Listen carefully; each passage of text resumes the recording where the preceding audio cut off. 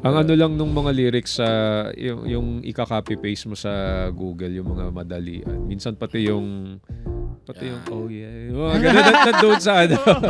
Nandun sa lyrics Oh yeah, baby. Welcome to the Black Shirt Crew Podcast.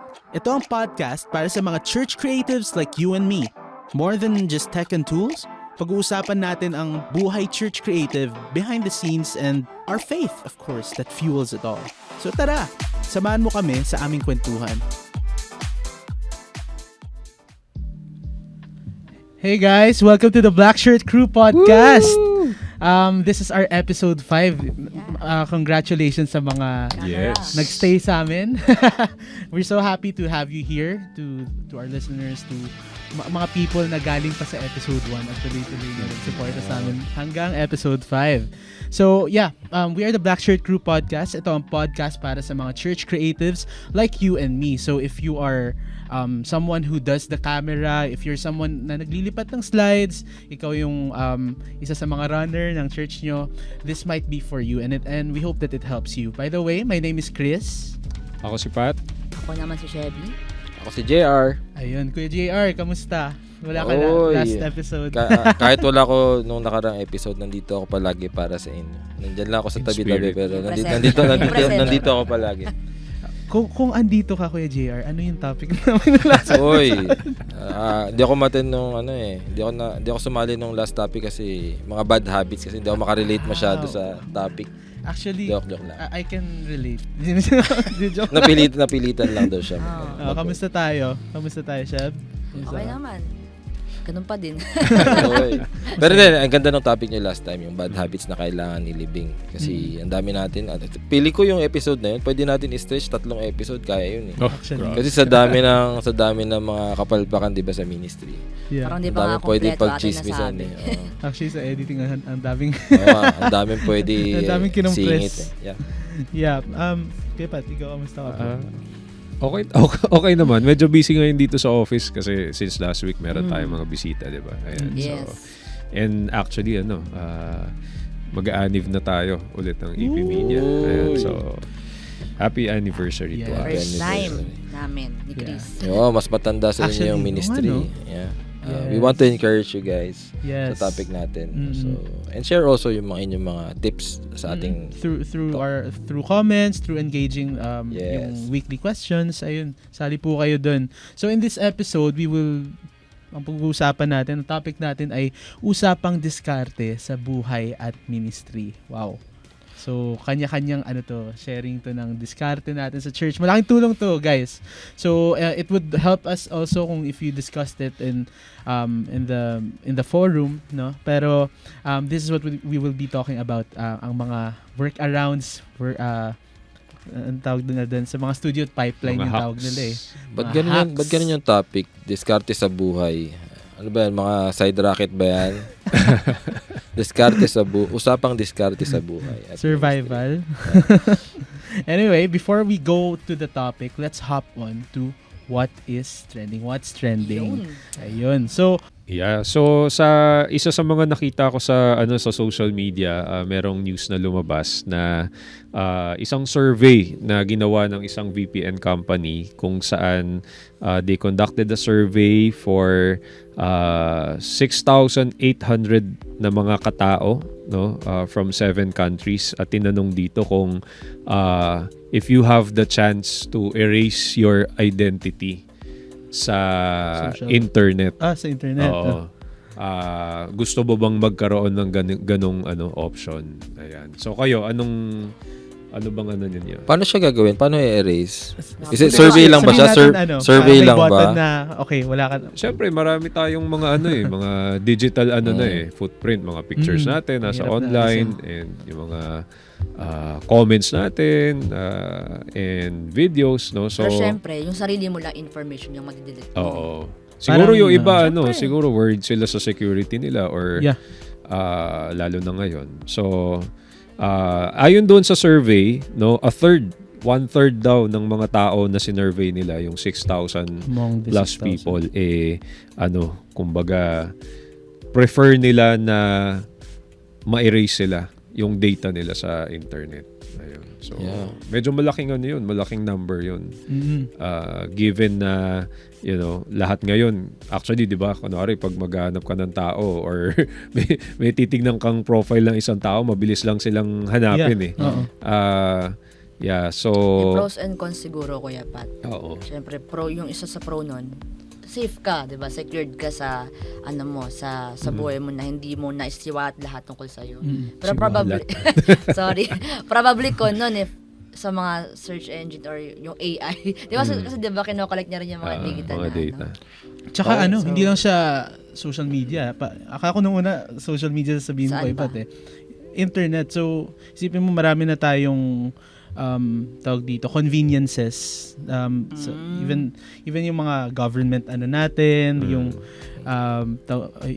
yung pagsettle ng mga papeles natin ganun through internet na so yung convenience nun sobrang taas na kumbaga na-apply na natin talaga siya so pag sinabi mong aalisin mo yung kung may button na mawawala ka sa internet. Okay, pwede. Yeah. Actually, sabi doon sa survey na yon, ang top 3 na concern nila ay mag-leak yung financial information nila. Personal texts, personal messages, ayun, saka medical records. Ayun. So, pero it's a good practice to search yourself. Search yourself sa Google. Sa Google. Nakakahiya. Hindi nga. So, sa akin, parang pag sinearch mo yung pangalan ko, mahirap ako hanapin. Kasi marami ako kapangalan. Okay. So yung next topic natin na trending, yung bagong mascot ng Catholic Church, ng Vatican. Inintroduce nila yung kanilang first ever mascot, Lucy. Cheerful anime style character. So naka-yellow siya, naka-coat, and ang cute ng itsura niya. So sabi dito, they designed this to connect daw with the younger Catholics. So, yung kanyang yellow raincoat and yung green boots symbolizes faith and humility. So, siguro nakita nyo na to guys online. Nagte-trending to. Yellow, blue yung kanyang hair. Noong unang nakita ko to parang medyo weird kasi sabi ko, ba't nakakapote siya? I think lahat ng design sa kanya merong may symbolism, may meaning. So, pinag-isipan talaga. Medyo tricky gawin to kasi parang pwede siyang misrepresent or mali yung interpretation mo sa kanya. But visually, I commend it kasi ang ganda very catchy yung itsura niya. I think if I show this to my daughter, baka magustuhan niya, makarelate siya agad. And I think yung target audience nila will like this design. So, what do you guys think about it? Actually, kung titignan mo yung the way,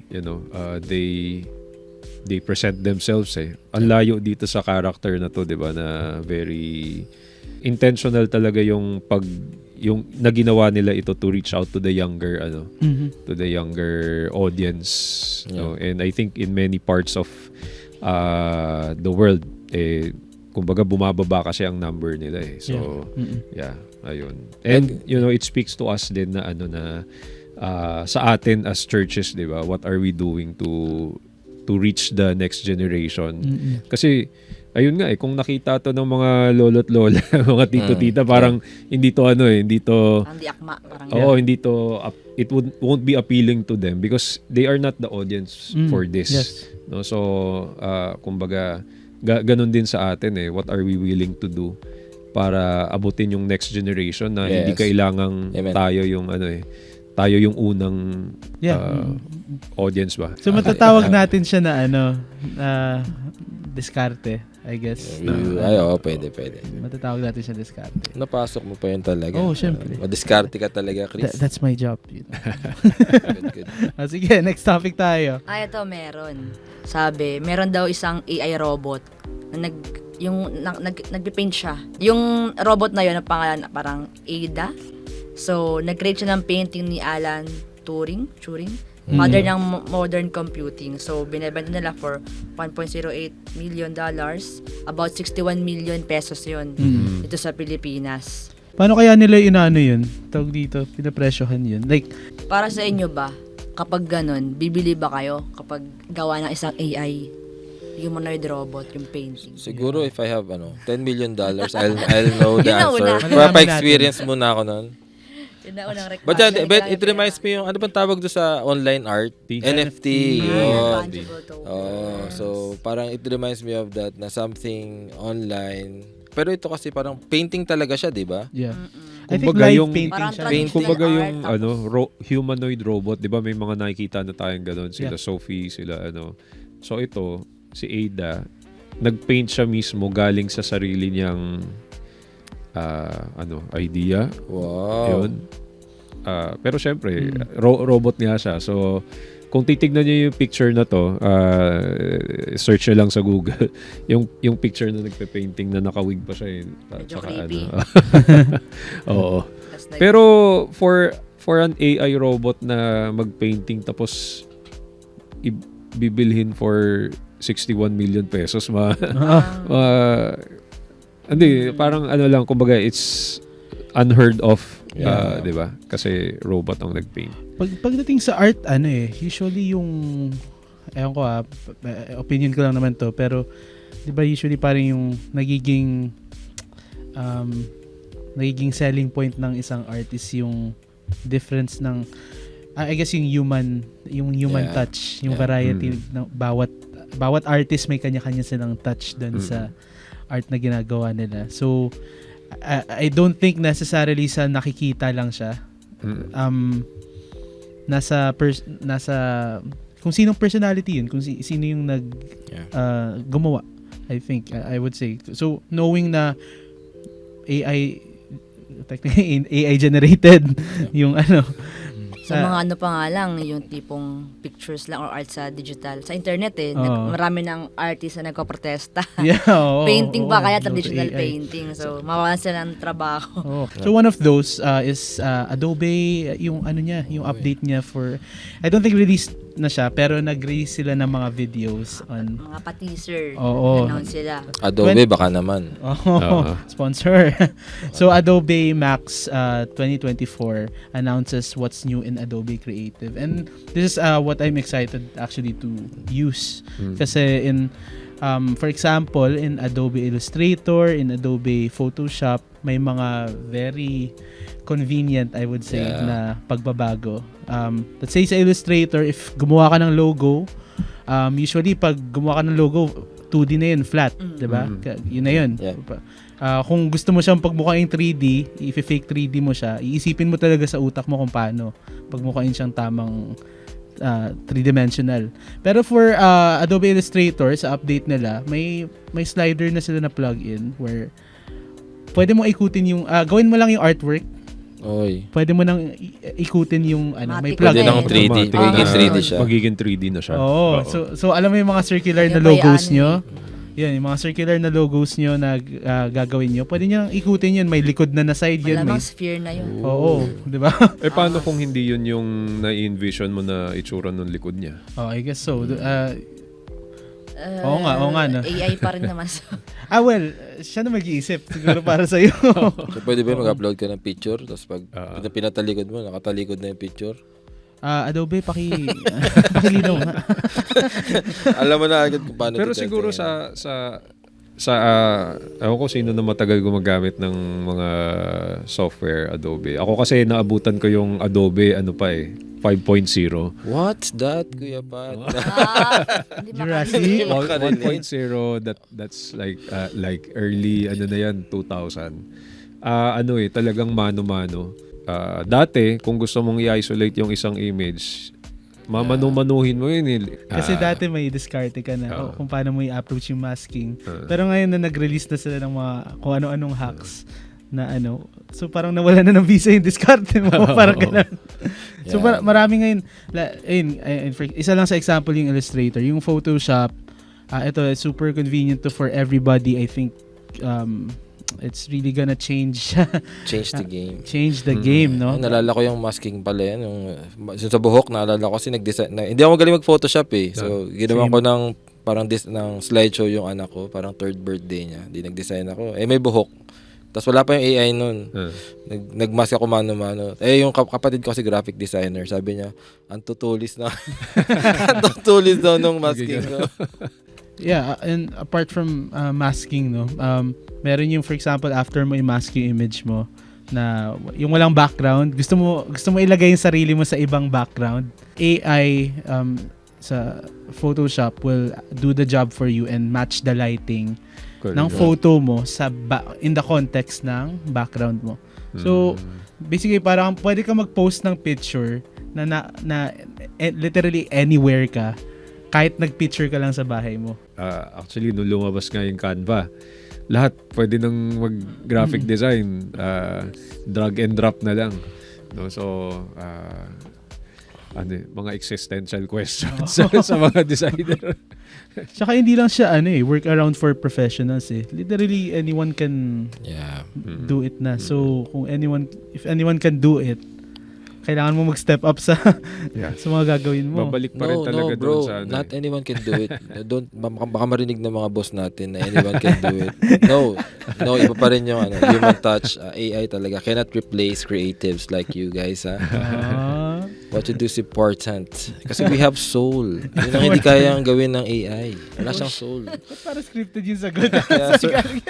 Babalik pa rin yun sa creativity and ideas. Yes, amen. Next topic na, baka marinig tayo ng leaders natin. Baka magka-idea pa tuloy. Nako, dalawa pa naman yung leader natin nandito.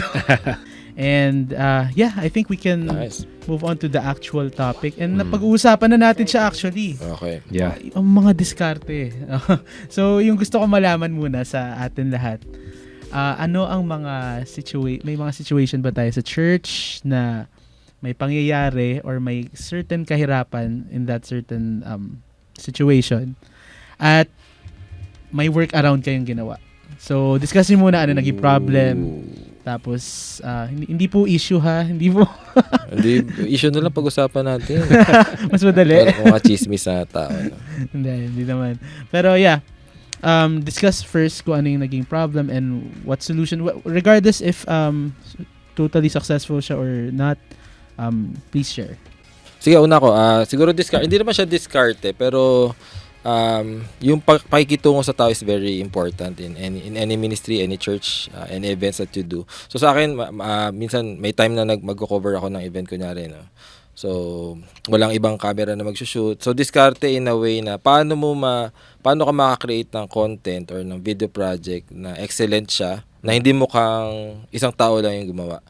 So medyo tricky siya pag mag-isa ka, pero nakakatulong yung pakikisama sa mga tao na like for example, may hire yung kunyari yung event, may hire sila na audio people. Ang diskarte would be kung ikaw ay videographer, shooter ka, producer, kaibiganin mo yung mga tao in the venue. So lalo na yung mga tao in charge sa mixer, kasi these people you can pag na-befriend mo sila, pwede ka makiiwan ng gamit, maki-charge ng battery, ng camera, pwede ka makisaksak sa mixer nila, kuya pa pengin naman ng output to record lang yung audio properly. So in a way makakagawa ka ng magandang content kung ayos yung pakikita mo sa mga tao. Like, syempre pag videographer ka, dami mong dala. Alam ka naman, dala mo lahat yun if you're shooting creative stuff, diba? Pag sa stage ka, pag sa crowd ka, kailangan may mga tao ka na tutulong sa'yo sa venue. Sa akin, isa very important yung pakikitungo sa tao. So, hindi lang siya sa live events, sa church, sa mga shoot, sa labas, always befriend people around you.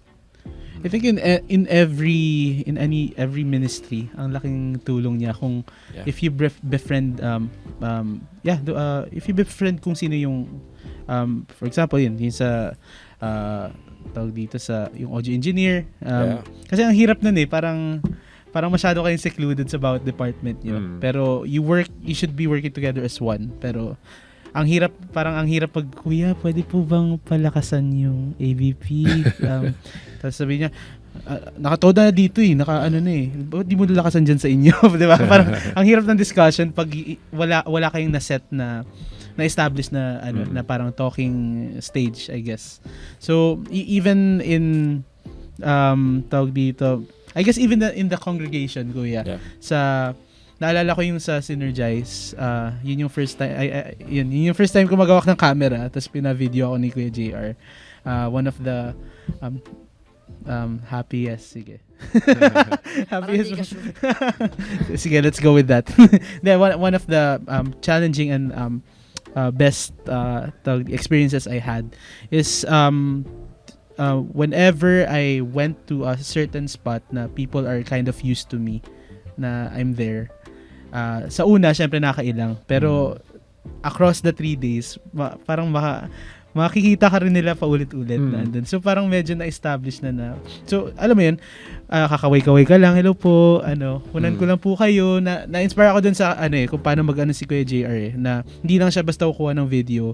Kakausapin niya, hello po, tawag dito, kaway-kaway po kayo, hello, ganun. So it makes what you do easier. Yeah. When I guess when you have a certain when you establish the relationship na agad. Yes. Ayun.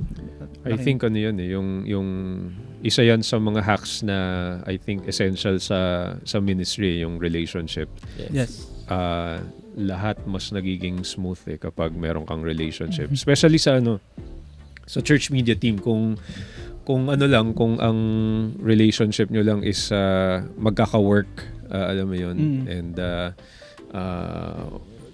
napag-usapan na natin to before yung element ng trust sa bawat isa Yes. Mahirap, 'di ba? And when we talk about diskarte, for me parang parang built-in sa atin kasi yun as Filipinos. Pag sinabi kasing diskarte or sa English resourcefulness or ingenuity. Street smart. Ingenuity. Ayun. Ingenuity. Kumbaga kasi may mga bagay tayong ginagawa like sa church na there's a proper way to do it. 'Di ba? Kaya lang minsan yung equipment na kailangan mo mahal o yung software na kailangan mo mahal din, no? So gagawa ka ngayon dahil sa limited access mo sa resources, gagawa ka ng diskarte nga kung papaano mo you can go around it. And sometimes siguro shout out na natin, hindi magandang example yung magpa-pirate ka ng software. Ay, grabe, Babalikan natin yun mamaya. Pero there are many other ways na mapakita nating madiskarte tayo. So sa amin sa church happy ako kasi yung team namin talagang I think important yung love mo yung ginagawa mo, yung passion. Kasi kapag love mo yung ginagawa mo, gagawa ka ng paraan Gagawa ka ng paraan para ma-achieve mo yung goal na gusto mong maabot. Yeah. And sometimes kapag hindi accessible yung isang equipment, hindi accessible yung isang software, dahil gustong-gusto mong gawin or gustong-gusto mo yung ginagawa mo, hahanap ka talaga ng ibang ways para ma-achieve yun. So sa amin, maraming mga hacks na ginagawa yung team namin na dahil kailangan ng ganitong equipment. Tapos pag tinignan mo sa internet, ang mahal. Hindi pa kayang bilhin. So anong workaround ngayon? So may mga ganong kaming scenario sa church namin na I'm thankful kasi kumbaga passionate yung team to bring solutions doon sa So naka-separate sa ang church media. nakuha ko sa sinabi mo Kuya Pat, parang so we can separate na may mga diskarte na maganda at may mga diskarte na na paano ba, what's the term, negative, pangit. na pangit. Pag driven ka ng para pag yung drive mo doon selfish something. Nung sinabi ni Kuya Pat yung about sa yung sa pirate, actually maraming estudyante makarelate dyan.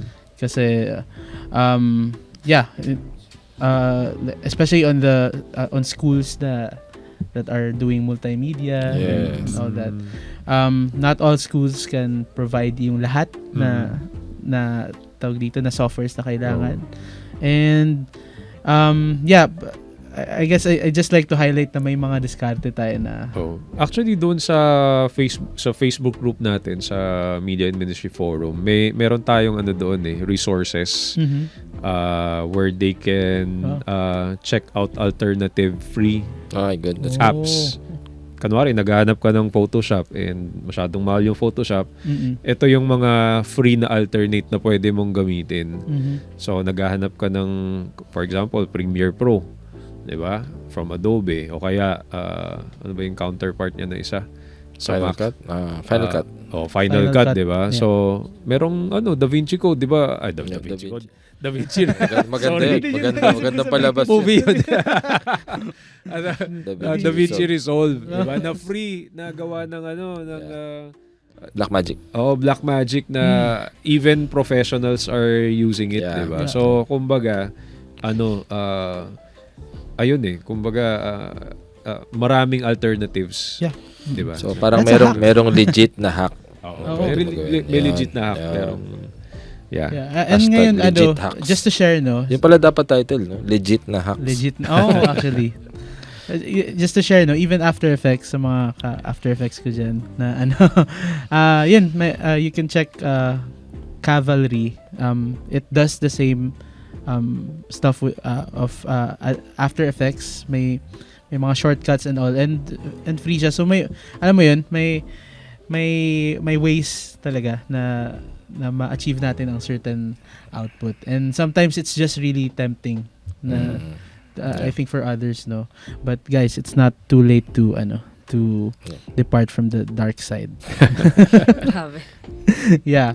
So meron pa ba what's like the most challenging situation you faced in church, and ano yung siguro relate ko lang dun sa sinabi mo kanina, yung sa pakikisama, pati yung sinabi ni Sir Jay. Ako sa akin, maikli lang kapag photographer ka sa church. Tapos, di ba minsan kapag kumuha ng mga shots, katulad sabi mo, nahihiya ka, ganyan. Kasi parang aware yung mga tao sa'yo, nakikita ka nila. Pero, kailangan mo lang talaga labanan yun Diskarte mo dun, act confident. Na meron ka, na pinlace ka dun, na meron kang karapatan para pumesto sa isang pwesto kahit naharangan mo yung tao. Kasi sandali na naman mag-shoot Kumbaga, naalala ko yung sinabi ni Sir Jay nung synergize na wag kang mahiya kasi parang yung sandaling moment na yun, makakalimutan din ng tao yun. Pero yung shot na makukuha mo, lifetime yun. So, sabi ko, wag kang mahiya kasi trabaho mo yan. Hindi non-verbal din, pero parang ganun yung thought. Ganyan. Good. So, isa rin yun sana na-learn ko, na-acquire ko din sa church and even sa iba-ibang events na una kasi talaga nahihiya ako. Feeling ko kasi nakakaabala ako, ganyan. Pero yun talaga diskarte dun act confident. Hindi, pag sa kindly confident. And I mean, keme lang na. Parang ako sa mga shooting, lalo may mga sinushoot ako na project minsan na ako nakakalimutan ko mag-record. Diba, may ni-interview ka, importanteng tao, di ang ganda ng sagot nila sa tanong mo. Yung pala hindi mo na-record yung shot. Sabihin ko, pagtingin ko, hindi nagre-record. Can we do that again? Can we do a safety, sir? Because your answer is very good. But kindly do it this way. So, yan, hindi nila malalaman kung na-record mo hindi. Basta wag ka lang mataranta kapag Kuya Jay, nasasaktan ako kasi, bakit? Kasi may pangyayari nung nakaraan. Smile ka na lang. Maraming ganun sa church media, yung mga bagay na yung parang ano ba yung word? Parang pumalpak. Yeah. Pero nagawan mo ng paraan. Pero sa mga nanonood, sa mga audience, parang wala lang sa kanila, no? And kaya dito papasok yung importance ng ng nonchalance yung kalmado ka lang, 'di ba? O kasi pag yun nga, yung pag may problema tapos panic mode ka agad or OA yung reaction mo, nahalata ng congregation na may problema. Whereas kapag alam mo yun, kalma ka lang tapos hindi ma-realize ng mga tao na nagkakaroon na pala ng troubleshooting na nangyayari sa So sometimes you don't need to share everything, 'di ba? Ayun. So isang example na naalala ko recently sa media team namin, dahil medyo doon nadadagdagan ng equipment namin, kailangan namin bumili ng mga extension cords. Extension cords. So kung magche-check ka ng mga extension cords ngayon sa mga store or online, syempre gusto mo yung extension power cord na na hindi yung after 1 week masusunog agad. Yung parang gano'n, di ba? Mahal talaga. Mahal yung mga ganong cable. Yeah. So, thank God kasi meron kaming mga ka-teams na electrical engineer na sila na mismo, bibili sila ng kable, bibili sila ng extension, yung ulo ng plug. Tapos sila na ang nag-assemble mismo. So, merong kaming actually, maraming supply ngayon ng extension cord sa church. Nice. Kasi sila mismo gumagawa ng ayun. So, nakaka-relate ako dyan, kuya, kasi may bago kaming audio sound engineer. Actually, plano niya lang tumulong sa church namin. And syempre, lahat naman kami doon willing to serve, and pag willing to serve ka, willing to learn ka rin dapat eh. So ayun, kailangan namin i-manage yung flow ng cables, manage yung flow ng mga saksakan kasi trip hazard siya. So ang ginawa niya is tinuruan niya kami kung paano mag-assemble ng extension. So bumili kami and tinuruan niya kami. Actually, madali lang pala siya gawin. Yung sa extension. And parang very very satisfying siya kasi parang may alam ka na life skills. Yeah, life skills, diba? Pwede ka na mag-asawa, wag marunong ka na mag-assemble ng extension cord. yun na ba yung basehan ngayon? Tapos also cables, yung pag-solder. Yun din yung isa sa mga natutunan ko na inaaral ko pa. Asset yun sa church eh. Oo, kasi yun yung isa sa mga sakit ng ulo natin eh. Yung pag hindi mo alam kung saan nanggagaling yung problema. It's either tatapon mo na lang or papagawa mo sa labas, which is mahal.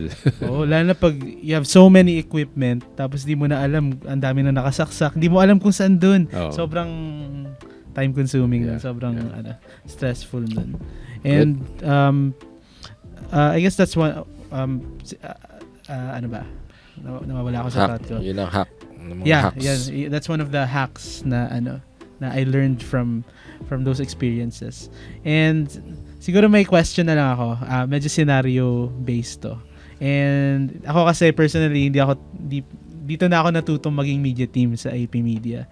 Worship team talaga ako. So sige, let's start with this scenario. Pag sa lyrics po, pag late yung pagbigay ng kung sino man yung magpe-preach, magme-message, may mga hacks ba kayong ginagawa? May mga paraan ba kayo? May pine-prepare ba kayo para ready to receive kahit gaano pa ka-late yung mga yung message nila pag sinasend nila on the spot? Maganda meron kang template na abang na para drop ka lang ng drop. Tapos kung marami siyang gustong ipakita, piliin mo muna yung mga key elements ng message niya. Key points versus Tapos pag unahin mo muna yung pinaka-importante. Yeah. Tapos so parang triage ba yung alamin mo muna kung ano yung priority. Ayun. So siguro related din doon. Again, andito si Jelmor nakikinig nanonood.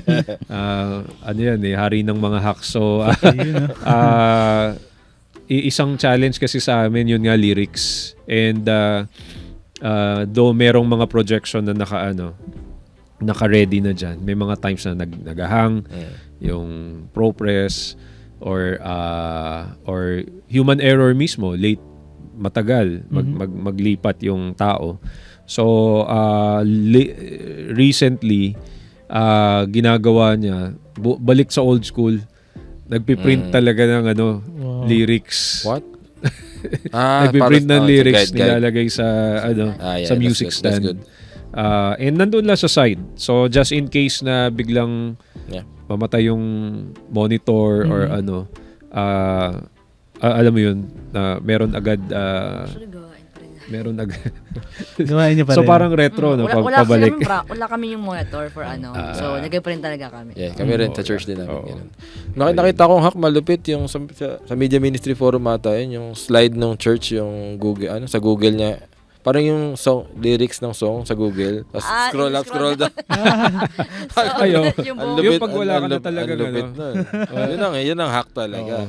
Yeah. Pwede naman. Pwede naman, di ba? Ang mahalaga. Nga lang, may mga ads lang. Ang ano lang nung mga lyrics sa yung ika-copy paste mo sa Google, yung mga madalian. Minsan pati yung oh yeah. Ganun nandun sa nandun sa lyrics Oh yeah, baby. May baby. Wala palang baby Ano sa pinakanta worship niyo song. sa church? Biglang napatanong may baby sa Joke lang, worship joke lang. song. Yung actually, Kuya Pat, medyo curious ako. Sorry, parang ikaw tuloy binobombard ko ng question. Medyo curious ako sa live stream kasi yun yung isa sa mga pinaka nakakatakot na magka-problema. Like, let's say na wala ng internet, na ano ba? No, pag yung internet naging spotty, ayan. So, it would be good na meron kang abang na another data. And kumbaga kahit nagla-live stream kayo, make sure that you are recording. Yes. Nagre-record ka Opo. kasi at least pag naputol siya, nagre-record pa rin. Pwede mo siyang i-upload later. I-rebroadcast. That's good. So, Pag may pangyayaring mga ganun, mga situations na na tumigil internet, na ganito ganyan, may ano ang unang nagiging reaction nyo? Ano ba, nagpapanik ba kayo agad pag ganun? Pray ka na lang.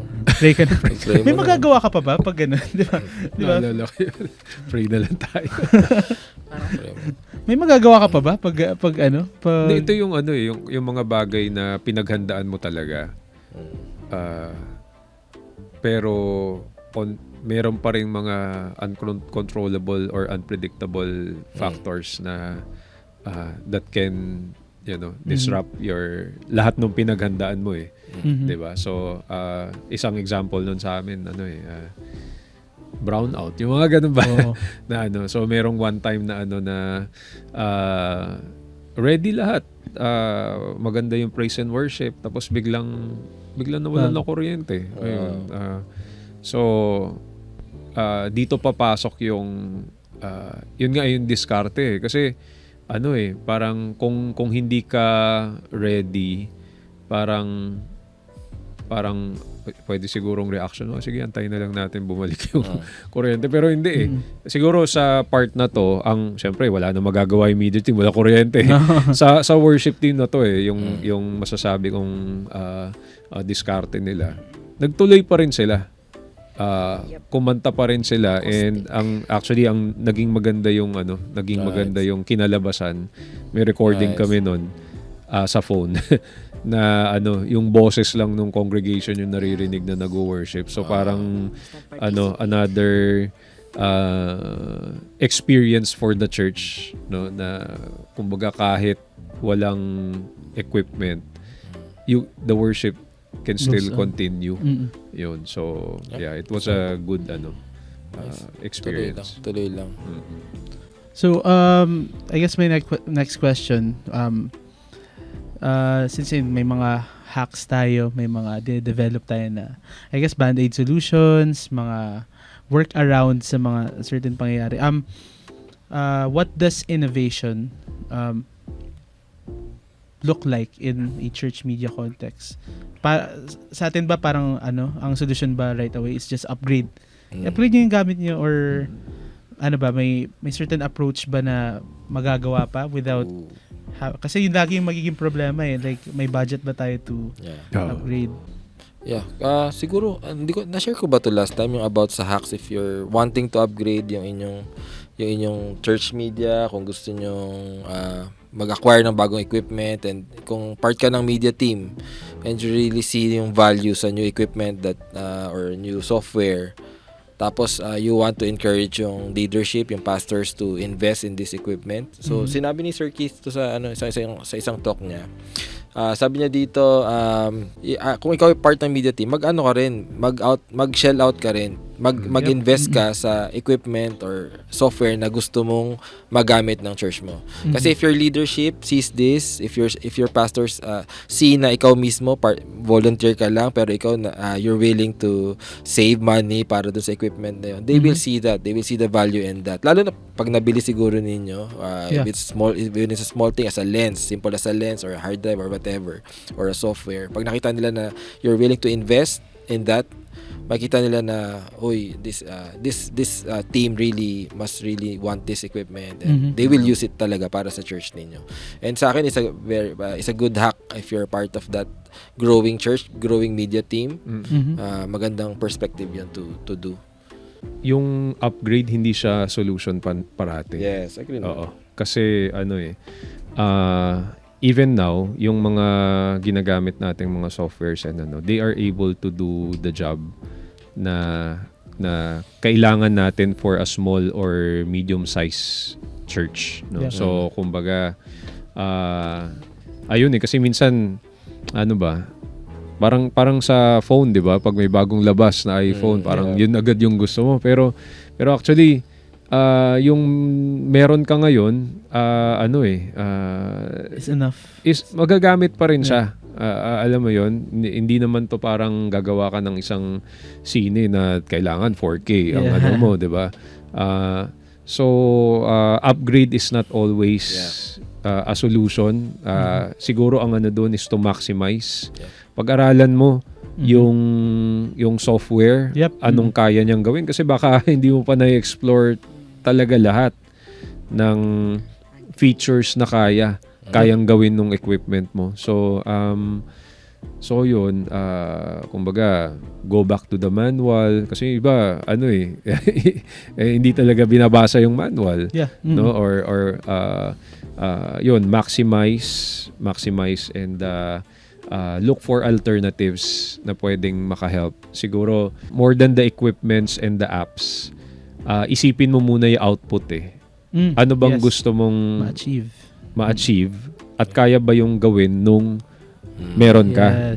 Diba? Kaya ba yung gawin nung meron? Kasi baka hindi naman kailangan na bumili ka ng bagong software. Baka minsan nagiging excuse na rin para hindi ka mas mag-aral ng mabuti.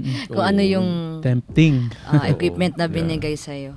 And mas impressive yun sa akin na nagawa mo ito using this. Kahit limited yung resources natin, like sa mga churches, doon na pa-practice yung pagiging, yun nga yung resourcefulness, workarounds, analytical. At pag nalagay tayo, na-promote tayo, mas marami pa tayong pwedeng gawin. Yung naalala ko tuloy, yung nagpunta kami sa Payatas, may church doon na shoot namin yung setup nila. Yung tripod, di ba, parang hanggang dito lang yung cheap na tripod, yung height niya. Kailangan nila ng height. Mas mataas. So, ang ginawa nila, di ba, tripod pa ganun, nakatayo. Ang ginawa nila, sinabit nila sa kisame yung tripod. yung paa ng tripod nasa kisame. Tapos yung camera tapos plinip nila. Isipin mo. Ang weird lang tingnan, pero it works. So, parang 3 tripod nasa kisame na ganun syempre, parang space kasi is a problem. Pag tripod nilagay mo sa sahig, di ba nakakalat? Pwede. Paano yung camera nakabaliktad? Piniflip siguro nila sa OBS yung image. Pwede. Pero nakabaliktad yung tripod. Parang pag sa production lang yan, pag wala kang gimbal, yung strap ng camera. O kaya tripod din. May nakita nga po ako kapag parang budget Insta360, di ba yun yung 360 view. Tapos, yung selfie stick na invisible. Pag wala ka pang ganun, tapos gusto mong mag-video ng sarili mo na like POV mo sa likod, sinusundan ka habang naglalakad. Yung tripod ng camera. Di ba 3 yung legs na niya? Lagay mo dito. Tapos ayun na, makikita ka na nakaganyan. Tsaga lang. Tsaga. Paano natin nababalance yan? Na sometimes hindi na enough yung diskarte and we have to leave the rest to the Lord. Kasi bro, God works powerfully in the unplanned. Nabasa ko lang sa quote ni Lane. So tama yun, pag titingnan mo yung sentence na yun, di ba, statement na yun, kung sa times na you prepare so much for an event, ang dami mong plinano, pero may mga pumapalpak talaga. Yes. Parang may papakita ni Lord yung way niya, how to settle, how to fix things. And you just allow that that leading ng Panginoon kung paano maayos yung situation. So hindi maayos yung isang bagay palagi pag parang lagi kang in control. Yeah. Sometimes you just have to allow na si Lord, this is your work. What do you want us to do this time? So, ganun din. Sa production, ganun din. Sa live events, ganun din. Yung kagandahan sa sa church media kasi you get to improve every week. Hindi siya yung parang one time lang. Yeah. And before, talagang, yun nga pwede kang maging perfectionist, pwede kang maging OC. Pero you have to give space din for yung kanwari, pinaghandaan mo naman na lahat. Yeah. Tapos meron pa ring hindi naging okay or kumbaga, wag mo masyadong i-beat yung sarili mo. Kasi meron pang next time to do it. Yeah. Again, 'di ba? Yeah, katulad din ng sinabi ni Sir Jay na hindi nga lahat perfectly planned. Siyempre, kailangan pa rin maging prepared, 'di ba? Iayos yung mga equipment mo, ayusin mo yung sarili mo, yung team nyo, diba? Kailangan motivated pa rin kayo. Pero at the end of the day, hindi tayo nakafocus sa performance ng natin, kung ano yung kumbaga parang kalabasan. Kumbaga pa rin, doon nga papasok yung natin yung faith and yung yung grace ni Lord, kumbaga sa pagtulong sa atin, 'di ba, para ma-execute yung ginagawa natin sa church. I guess for me, prayer is ayun yung pinaka-basic na pwede nating balikan, prayer. When you've done everything, Lord, I entrust everything to you. Yes. Lord, I'm doing what I can. I did what I could do. Pero kumbaga, yung pinaka-important dun is yung last na action mo na gagawin, which is to surrender it all to the Lord. Imbis na after mo, okay, na-plano ko na, yes, feeling ko na to, successful na to.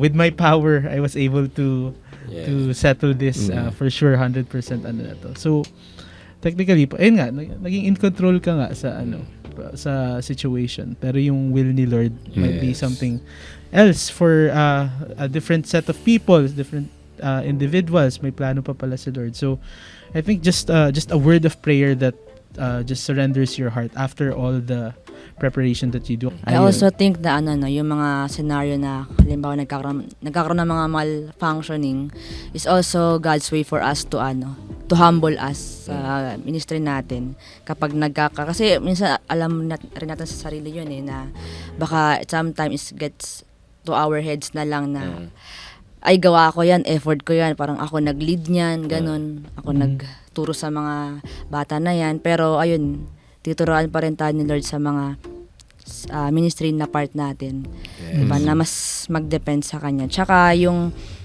overall result ng kahit ito pang ministry yan, kahit media, is to glorify God, to lead people closer to Jesus. Na kapag syempre, lahat parang planado to the point na performance-based na, ang parang minsan maging hatayin sa congregation, lalo na kapag new attendees na parang nagkapasikat, parang alam mo yun, at giving the attention all to yourself. So, kailangan may balance talaga doon na nahayaan mong sarili mo mag-let loose, 'di ba? Pa rin, ayun. Yeah. Good yun. Ganda ng mga points niyo. So, prayer and then understanding yung movement ni Lord. And also, siguro, tip ko rin, hack ko siguro sa inyo, assess nyo muna yung situation bago nyo gawa ng paraan. Diskarte kung ano man yan. Yeah. Kasi minsan, may magre-reklaman. May share sa akin yung boss ko dati. Meron daw, so may recording, so sa mixer, sabi nung artist dun sa audio engineer, I don't like the sound. Can you add this or reverb or whatever? Siyempre yung audio engineer, sa kanya okay naman yung tunog, maganda yung tunog. So, ang ginawa niya, sige, I understand the problem or your complaint. So, kunyari, nag-adjust siya ng mga knob sa mixer. Kunyari, may ginalaw siya. So, pihit kunyari, tapos ibabalik niya. Tapos, tinry nila ulit mag-record. sabi nung artist, that's good. So minsan yung mga magrereklamo talaga, hindi naman talaga coming from parang naging critical lang sila. Pero assess mo muna bago mo ayusin, di ba? Kaya rin important din yung mastery ng ginagawa mo. Yun, no? Kasi mastery. Pag may nagbigay ng feedback tapos hindi ka confident, mabilis kumbaga mag-give in agad doon sa that's good. So you need to assess na legit ba ito. Naalala ko yung sa isang event na ganun din na masyadong malakas dito sa area na to. So sabi ko lipat na lang po kayo na upuan. Kasi okay naman sa ibang sa ibang areas eh. Pero anyway, speaking of this kumbaga yung mga hacks, actually yung sabi ko 'di ba kanina, meron tayong mga bisita from the US this week, no, and meron siya shinare na about sa topic natin, and sabi nga natin it would be good to share to our listeners as well. Grace flows strongest in moments of imperfection. Ayan. So sometimes our greatest ministry happens not only in polished plans but in honest, humble hearts. God works powerfully in the unplanned. Yes, and Chevy will expound that for us. So grace flows strongest in moments of imperfection. Yan, napakaganda. In Tagalog? Ayun, sabi pa dito, God's presence is not bound to our perfection. Ayan, so no matter the hiccups, the heart of worship remains untouched. God inhabits our praise even in the midst of missteps. Yes. Ayun. So, kumbaga, minsan kasi, yung pressure na, and yung burden na to make a perfect, quote-unquote, production, can be heavy sa mga church media team. Yes. Pero we need to understand na kahit magkaroon tayo ng mga small hiccups, si God hindi nasusurprise sa ganun, and kumbaga he can still move. Yes. Amen. Siguro ang doon, no? So parang reflection ko lang, how much of what we are doing is kumbaga parang nowadays when you watch production, worship production, how much of it is kumbaga dahil maganda yung lighting, dahil may smoke, dahil may yung appealing to the feelings ba, alam mo yun, and kumbaga somehow we're using the word manipulation na kumbaga are we so dependent on these kinds of things para ma-feel natin yung presensya ng Diyos. Alam mo yun, na kailangan may magandang music muna. Kailangan dim muna yung ilaw, patayin muna yung ilaw. Kailangan ganito muna. Yeah. Pero si God, actually hindi kailangan ng ganun Yes, diba? And siguro for us na sa church media and even leaders, siguro ang challenge sa atin, wag nating i-spoon-feed yung congregation na kailangan ganitong sound, kailangan ganitong lighting. Yeah. Tapos may mga nakikita akong mga small churches, medium churches na at sin gagayahin nila yung ganong production, tapos medyo disconnect ba? Kumbaga it doesn't touch the needs of the people. Yung ganun ba? So ayun, yun lang. Good. Yeah, that's good. Yes. Thank you, Pastor Pat. Very nice insight. Na yes, tawag dito, we can achieve a certain standard, yung sinabi ni Kuya Pat, pero we should never think na we can ever create the presence of God. I don't think we can ever create, kasi nagiging na siya, I don't know the right term for it, pero baka maging pretentious na siya in certain situations. Merong mga may nakita akong mga ibang videos, no, na I think these are from one of the big churches that umaabot sila sa parang nagiging entertainment na yung tawag dito, yung mismong production dun, biglang nagkaka-monster truck na lang na tumatalon sa ring of fire, and that's really true, no, na nangyari talaga yun. And people are clapping for it, and I mean subjective na, I guess subjective naman yun sa bawat church. Lastly, no, remember every imperfection is a chance to witness His power working in unexpected ways. Ano ba yung pinaka tawag dito way para maka-intervene si Lord sa para maging testimony ka sa mga tao. For me, I can never really take credit na kahit sabi mong pinag-effortan. Minsan may isip mo siya na ganun. The only response that we can do is to praise Him in each and every thing that we do. No. Guys, I hope you're blessed with this topic. It may sound like a convenient topic or pero our intention and our aim really is to show like how God really moves even when you've exhausted everything that you do, everything that you did in the ministry. We relate with you. I think we've done all that we can to be in certain situations, no? Pero at the end of the day, we can never really say na we did it alone. The Lord has been in control, and He has led us to that direction, and He's the reason for our victories and testimonies. So, and He's the reason for the season. Yes. Wow. Merry Christmas. Grabe na. Actually, yes. So, advance Merry Christmas. Yeah, Merry Christmas. Okay, so ito, makita niyo Gcash namin dito. Donation. Donate. Yeah, I think that's a good. Amen. Yeah, so this podcast is powered by Asia Pacific Media. We are a media ministry based in Ortigas Center, Pasig City, whose mission is to advance the gospel by empowering Christ followers to use media and technology effectively. Follow us at AP Media PH Facebook and YouTube page. Makikita niyo po yung mga episodes namin doon. Spotify, yes. Yeah, ano nga ba yung last question of the week natin? Tinanong natin kung ano yung church media hack na nagawa nila recently, no, na magandang kinalabasan. Ayan. So, may mga sumagot. Si N sabi niya, naka-green screen yung lyrics sa PowerPoint or Keynote. Tapos, naka-chroma sa OBS. Then, may live feed na video of praise and worship during live FB. Ayun. So, galing. Yung paggamit ng green screen sa OBS. Ayun. Isa lang yung nanalo. Yes! Congratulations, Ends. That's the ends of the...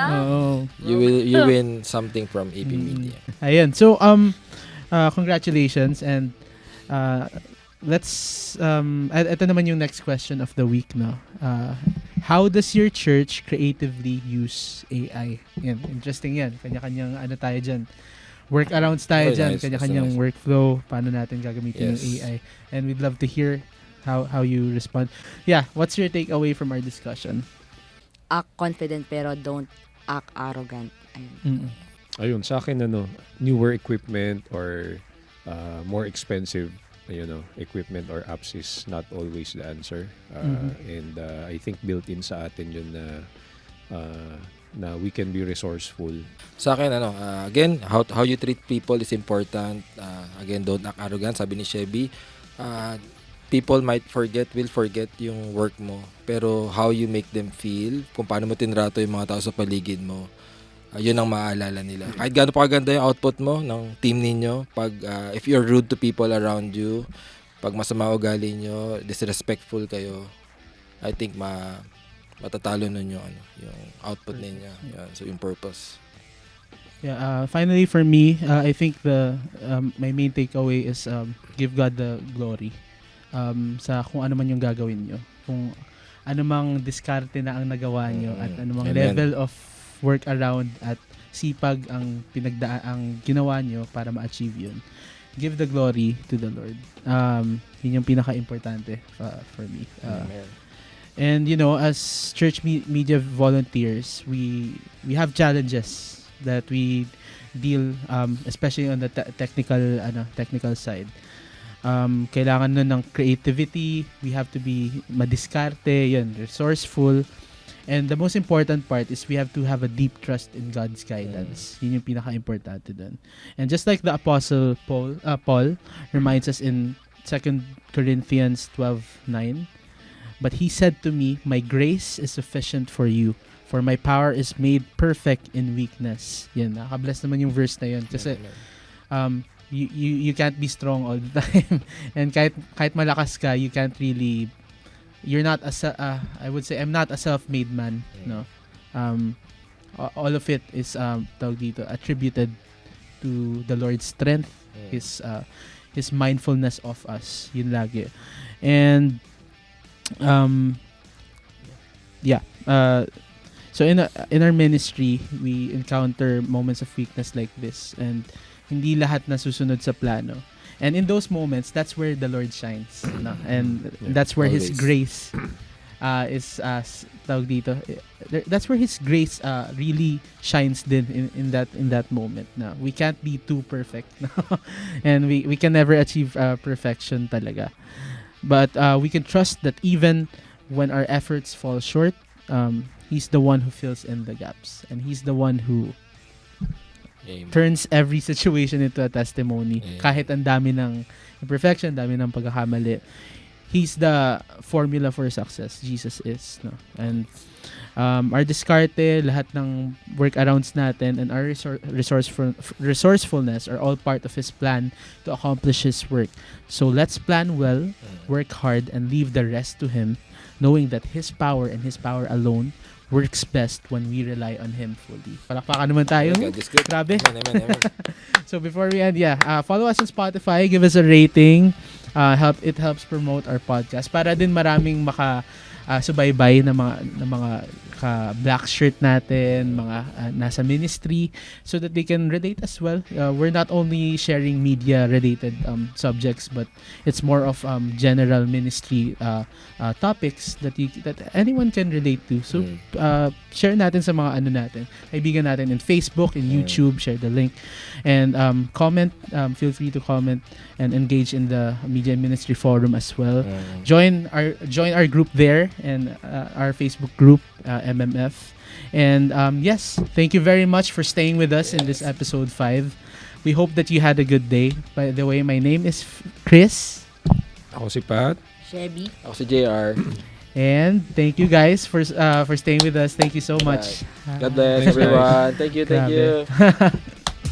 Hey, thank you for listening to the Black Shirt Crew podcast. Let's continue the conversation by joining our Facebook community group at Media and Ministry Forum.